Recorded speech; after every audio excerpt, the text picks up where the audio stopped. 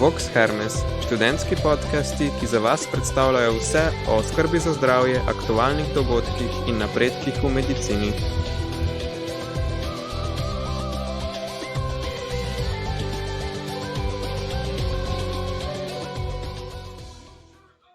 Dobrodošli v drugem delu našega sklopa podcastov o spanju. V prejšnjem delu smo se o ciklu spanja in budnosti pogovarjali z dr. Damjano Rozman. Če tega podcasta še niste videli, lahko do njega dostopate prek linka v opisu. No, danes pa bomo v pogovoru s strokovnjakinjo za spanje, dr. Leo Dolenc-Grošelj, o tem nenavadnem fiziološkem fenomenu izvedeli še več. Začeli bi na splošno z motnjami spanja. Katere se najpogosteje pojavljajo? Ja, poznamo več kot 90 različnih motenj spanja, ki jih definira mednarodna klasifikacija za motnje spanja. Najpogostejša motnja spanja v družbi je kronična nespečnost, ki se javlja tudi recimo do 25% splošne populacije. Ob tem poznamo zelo pogoste motnje dihanja v spanju, potem najpogostejša obstruktivna apnea v spanju, potem so pogoste tudi recimo motnje gibanja v spanju, kot ti različni motorični fenomeni, potem so vse druge motnje motorične, kot so te parasomnije, tudi pogostejše, bolj pri otrocih. Potem imamo centralne hipersomnije, kot je recimo narkolepsija, sicer redkejša, vendar v nevrologiji jo pogosto srečamo, in potem še druge oblike motenj spanja, ki pa so recimo redkejše. Omenili ste, da so najpogostejše nespečnosti. Kaj se lahko zgodi v primeru dolgotrajnega pomanjkanja spanja? Ja, zdaj, ali je dolgotrajno pomanjkanje spanja zato, ker človek ponoči ne more zaspati, se pogosto prebuja ali se zjutraj zgodaj zbudi, govorimo o različne oblike nespečnosti, ali je pa pomanjkanje spanja recimo zaradi izmenskega dela, zaradi nočnega dela. Vemo, da dolgoročno pomanjkanje spanja, govoriva o recimo 20-letnem delu v nočnih turnusih, poveča možnost za kardiovaskularne bolezni, poveča možnost za različne pojave karcinomov, kot so karcinom debelega črevesa, karcinom dojke pri ženskah, karcinom prostate pri moških, večja verjetnost za sladkorno bolezen, arterijsko hipertenzijo, potem tudi motnje dihanja v spanju in hkrati seveda tudi za možgansko kap, srčni infarkt. Koliko časa pa lahko ljudje največ preživimo popolnoma brez spanja? Ja, zdaj takih dolgoročnih študij, ki bi jih etična komisija odobrila, seveda nimamo. Mi vemo, da so v raznih vojnah ljudje mučili s tem, da niso spali.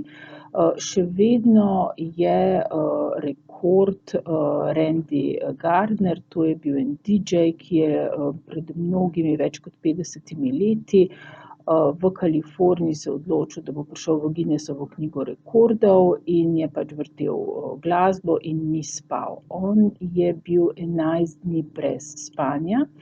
V Kaliforniji so že takrat imeli zelo razvito medicino spanja, tako da so prišli iz sosednjih laboratorijev, iz Stanforda, iz Berkeleyja, in so ga potem snemali in po 11 dneh oziroma nočeh brez spanja je nato zaspal in spal 14 ur. Kar pomeni, da ne moramo se naspati za nazaj, ne moramo se naspati za naprej, predvsem pa je imel zelo motene kognitivne funkcije. Imel je tudi privide, prisluhe, motnje pozornosti, koncentracijo, motnje spomina, ki pa so trajale še kar nekaj dni. Vendar to je v bistvu observacijska študija, tako da bi imeli pa res načrtovane študije, jih pa nimamo. Kar lahko delamo tudi z etično komisijo, je tam do recimo nekaj dni popolne deprivacije spanja in pri takšnih študijah pa vidimo, da se nam iztirijo hormoni, predvsem hormon kortizol, hormon melatonin, ki mu rečemo tudi hormon spanja, hkrati pa pride do porušenih cirkadianih ritmov, spremeni se nam ekspresija urnih genov. Že po nekaj dneh, recimo že po 48 urah brez spanja pride do teh sprememb. Se pravi, imajo motnje spanja kakšno povezavo s psihiatričnimi motnjami?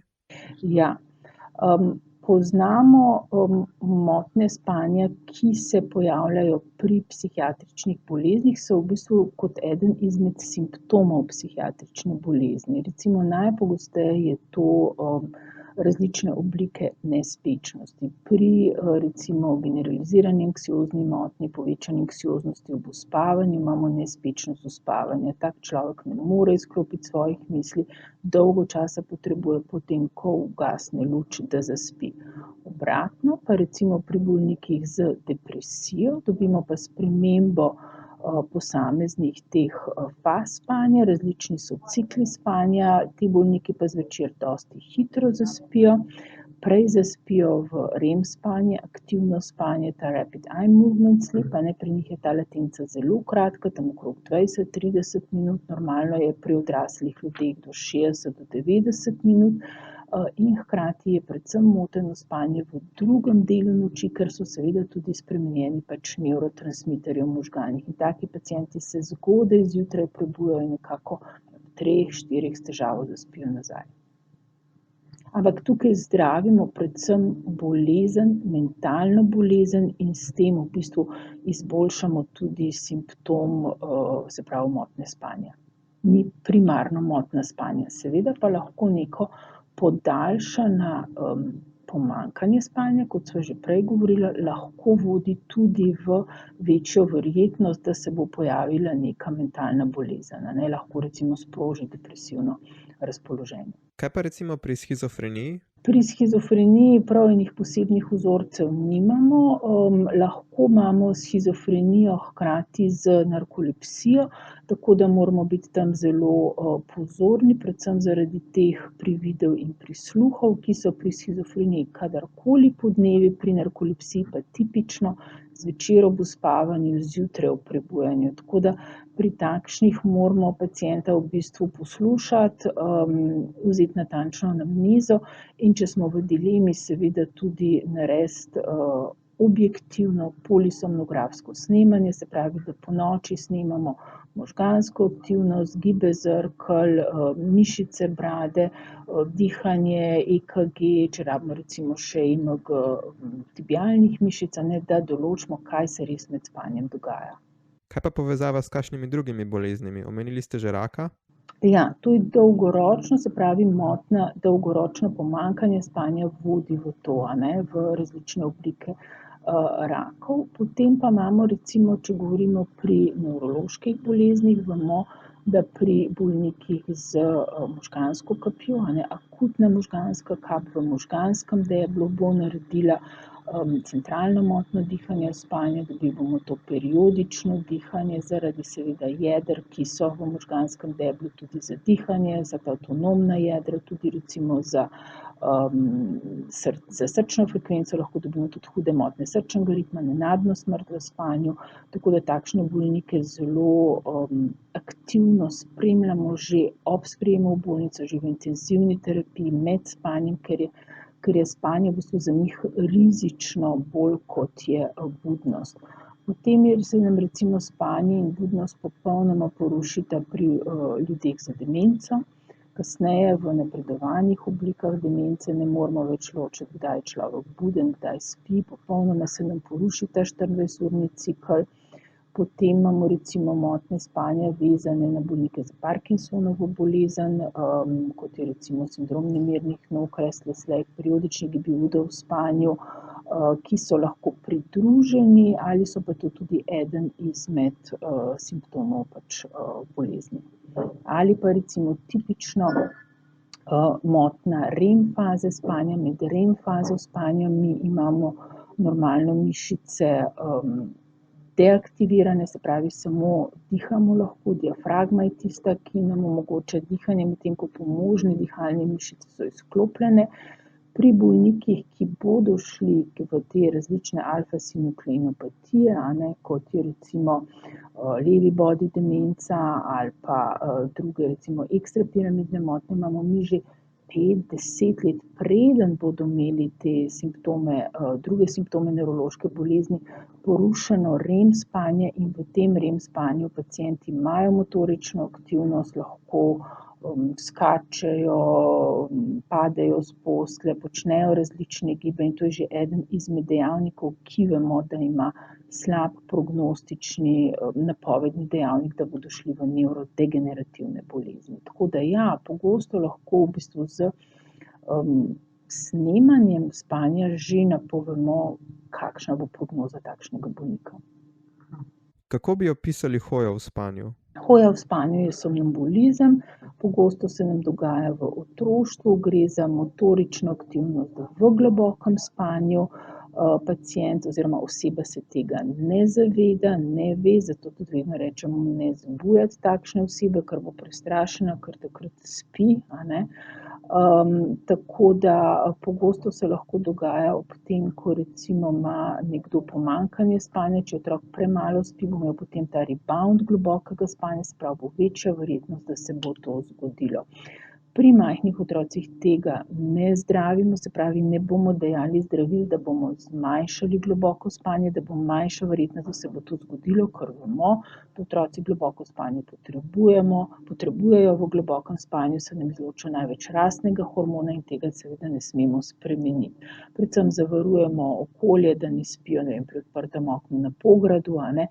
Če pa se nam to še kasneje dogaja v odraslem obdobju, se pa moramo vprašati, ali je lahko to posledica zdravil, recimo tudi nekatera uspavala, zolpidem lahko to sprožijo kasneje, ali je to posledica nekega drugega zdravila, recimo natrijev oksibat tudi to lahko sproži, ali je to lahko, ali je res to samo motorično dogajanje v globokem spanju, ali je to lahko recimo kakšna epilepsija frontalnega režnja, se pravi, takrat pa moramo natančno z veliko elektrodami na skalpu ugotoviti, da ne gre za neko epileptično dogajanje ponoči, kar je pogosta diferencialna diagnoza v odrasli dobi.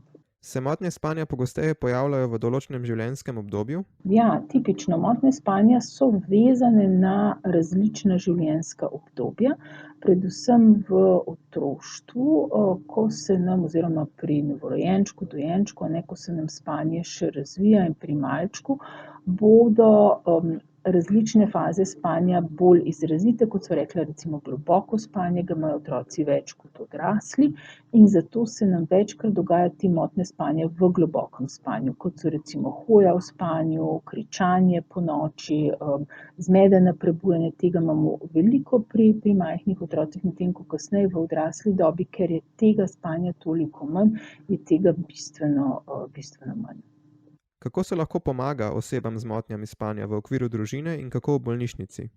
Ja, predvsem je pomembno, da se to prepozna, kar pomeni, da oseba sama največkrat niti ne ve, kaj se dogaja ponoči, če je to zdaj neka motorična aktivnost, lahko ugotovi, da se je recimo ugriznil jezik, da se je pomočil v spanju, da se je zbudil nekje v drugem prostoru, da je premikal stvari. Takrat je pomembno, da če je nekdo drug v prostoru, da nam o tem pove. Velikokrat si tudi želimo, da če je partner ali starši, da nam recimo posnamejo na telefon, da vidimo, ali je to neko stereotipno vedenje ali ni.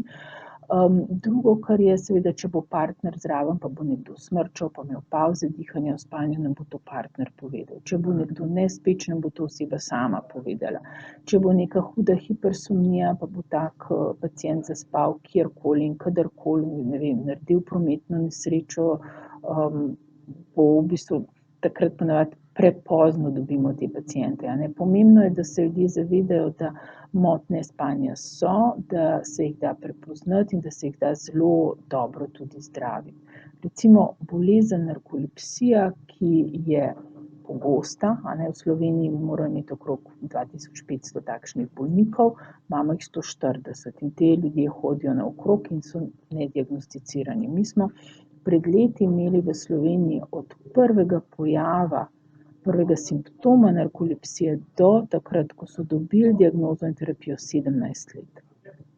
ogromno, a ne. Bolniki, ki zaspijo kjerkoli in kadarkoli, ki imajo privide, prisluhe ob uspavanju, ki imajo te kataplektične napade, izgubo mišičnega tonusa na neki vesel dogodek, recimo na neki stresni dogodek, zatrese se jim brada, ne morejo se zasmejati, padejo jim stvari iz rok. Zelo jasna klinična slika, a ne, se pri nas o tem niti toliko ne govori, niti toliko ne prepozna, tako da si želimo, da oseba pride do osebnega zdravnika in da on presodi, ali je to neka motnja spanja, ki je lahko povezana z, ne vem, slabokrvnostjo, motnjo v delovanju ščitnice, da osebni zdravnik to izključi in potem, če gre za nekaj bolj kompleksnega, pošlje naprej v laboratorij oziroma v center za motnje spanja, kjer se s tem bolj natančno ukvarjamo in lahko delamo tudi objektivne teste in testiramo osebo seveda ponoči.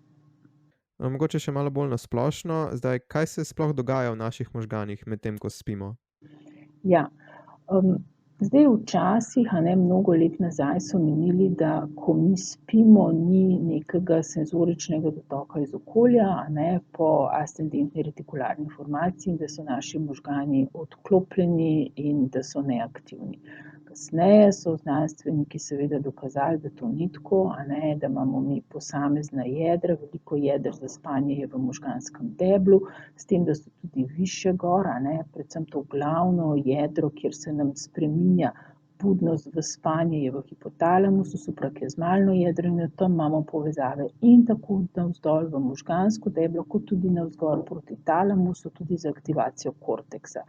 Tako da možgani so med spanjem, predvsem recimo med REM spanjem, sprav spanjem teh hitrih gibov zrkal, lahko so zelo aktivni, a ne, kar tudi vidimo, ker je seveda bistven porast aktivnosti simpatičnega živčevja, a ne, takrat imamo zelo neredno bitje srca, neredno dihanje, več motenj dihanja v spanju, tako da je spanje za nekatere bolnike lahko v bistvu nevarno, kot sva rekla, recimo za možgansko kap, ki se zgodi lahko ponoči, predvsem v REM-u, za miokardni infarkt, a ne.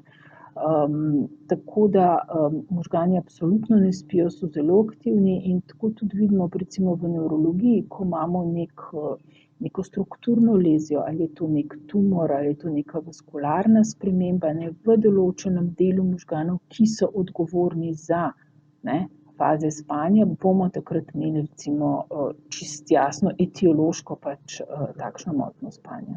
Kako je pa s sanjami? Kaj je njihov glavni fiziološki pomen? Se kaj ve glede tega? Ja, zdaj z sanjami, razlago sanj se v bistvu bolj ukvarjajo psihologi. Kar mi spremljamo kot nevrologi, klinični nevrofiziologi, spremljamo pač različne faze spanja in sanjamo bolj v REM-u, a ne, vendar sanjamo tudi v drugih fazah spanja. Pacienta, če bomo zbudili v eni taki fazi spanja, se bo teh sanj spomnil, kar pomeni, vsi sanjamo, a ne, odvisno je samo, kdaj se zbudimo in koliko se bomo tega spominjali. Različne so spanje recimo pri ljudeh, ki so slepi od rojstva, ali pa pri tistih recimo, ki so kasneje oslepeli, a ne, ali še sanjajo v barvah ali ne, a ne. To se nam zelo spreminja, medtem ko zdaj sama vsebina sanj, razlaga se pa v nevrologiji s tem ne ukvarjamo.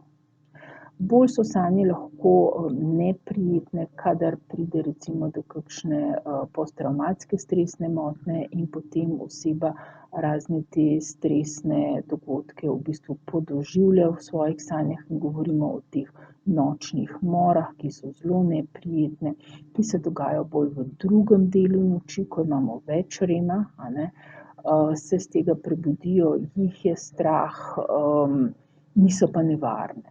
Nočne more se torej tudi pogosteje pojavljajo pri nekaterih osebah? Ja, predvsem pri raznih teh psihiatričnih imamo lahko nočne more, moramo pa jih ločiti od nočnih strahov.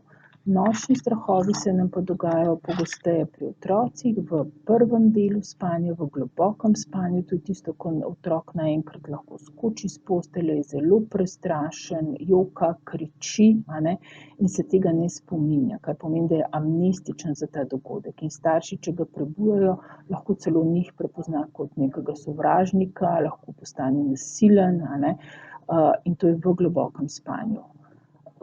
To, kar so pa nočne more, je pa v drugem delu noči in če se jih zbudi iz tega rima, se bodo spomnili se bodo vsebine, medtem ko iz globokega spanja se pa ne bomo spomnili tega.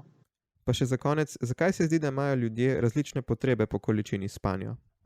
Ja, koliko spimo in tudi kdaj spimo, se pravi, ali smo bolj večerni ali jutranji tip, recimo že pri otrocih govorimo, da so sovice ali pa škrjančki, podedujemo, se pravi, to nam določajo ti urni geni, ravno tako kot nam določajo tudi, ali smo bolj short sleeper ali long sleeper, koliko potrebujemo. Zelo zanimive študije so bile delane na enojajčnih dvojčkih, kjer so bili vzorci spanja, se pravi tudi ta mikrostruktura, grafoelementi spanja identični, kar pomeni, da genetika v bistvu ima tukaj zelo veliko vlogo.